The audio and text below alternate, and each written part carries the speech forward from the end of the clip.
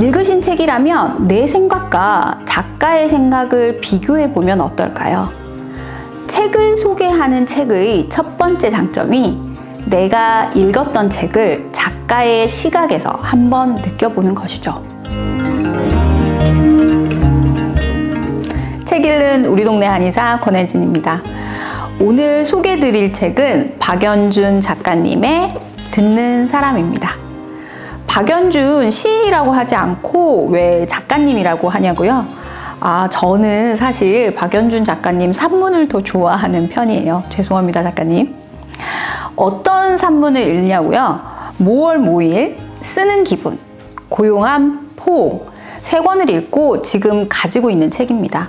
그 외에 소란, 여름과 루비도 읽었습니다. 그렇다고 그분 시를 안 본 거는 아니고요. 듣는 사람 책 표지가 너무 예쁘죠? 띠지도, 그리고 여기 안에 들어있는 속지도 핑크핑크, 그림의 하늘도 핑크빛입니다. 요 띠지를 잠깐 벗기고요. 얼음 위에 한 여인이 앉아 있는데 그 여인이 책을 보고 있습니다. 굉장히 몰입되는 그림입니다. 책을 열심히 읽고 있는 여인의 그림이 표지라 왜 책 제목이 읽는 사람이 아니라 듣는 사람일까 궁금했어요. 이 여자분이 책이 하는 말을 듣고 있는 걸까요? 책의 시작에 글쓰기는 공들여 말하기, 읽기는 공들여 듣기라고 쓰여 있습니다.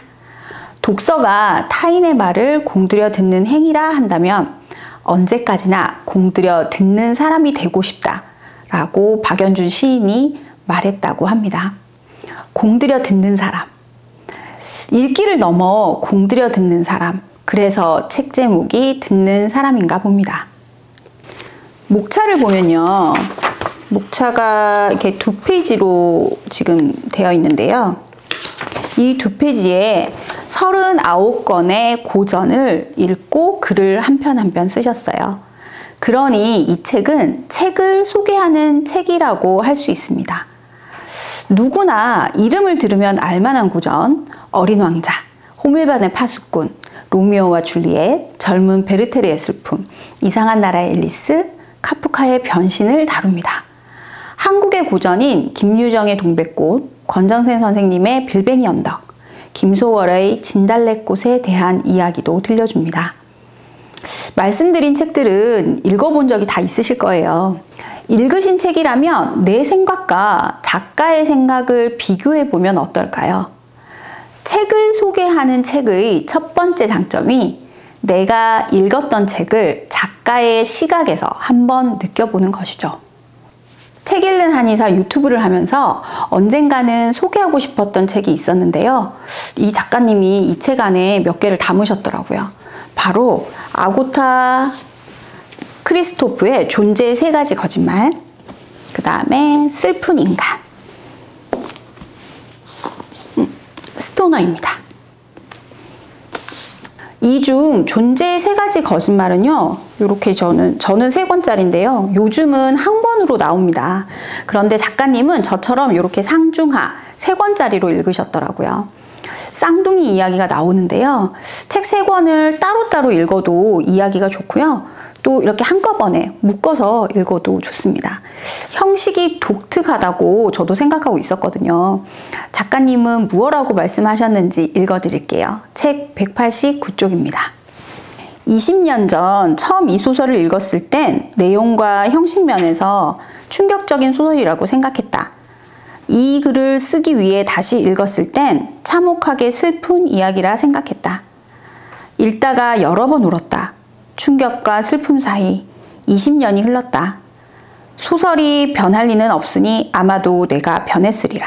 소설은 변할 리 없으니 아마도 내가 변했으리라. 이 문장이 저는 좋았어요. 읽었던 책을 또 읽는 이유이기도 하죠. 읽는 시점과 상황에 따라서 책이 다르게 다가오니까요. 이것이 책을 소개하는 책의 2번째 장점입니다. 읽었던 책도 다시 읽고 싶게 만드는 것이죠. 마지막으로 책을 소개하는 책의 3번째 장점이 무엇인지 아시나요? 읽어야지 하고 미루던 책을 읽게 만드는 힘이 있습니다. 제게는 그런 책이 수전 손택의 은유로서의 질병입니다. 질병이라는 말이 제목에 들어가서 꼭 읽어야 할 책이기도 했고요.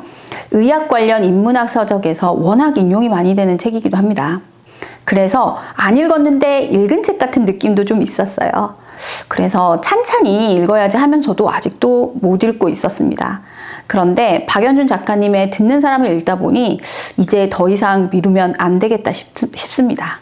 241쪽부터 조금 읽어드리겠습니다. 질병의 은유를 덧입힐 때 질병이 야기하는 미신적 이미지나 낙인은 결국 개인이 자신의 질병에 책임이 있다고 주장하게 만든다. 사회는 마치 질병의 성격이 있는 듯 혹은 어떤 성격이 질병을 일으킨다는 듯 잘못된 믿음을 양산하고 빠뜨린다. 은유로서의 질병, 읽기를 이제 더 이상 미루면 안 되겠습니다. 무슨 책을 읽을까 고민이 되시나요?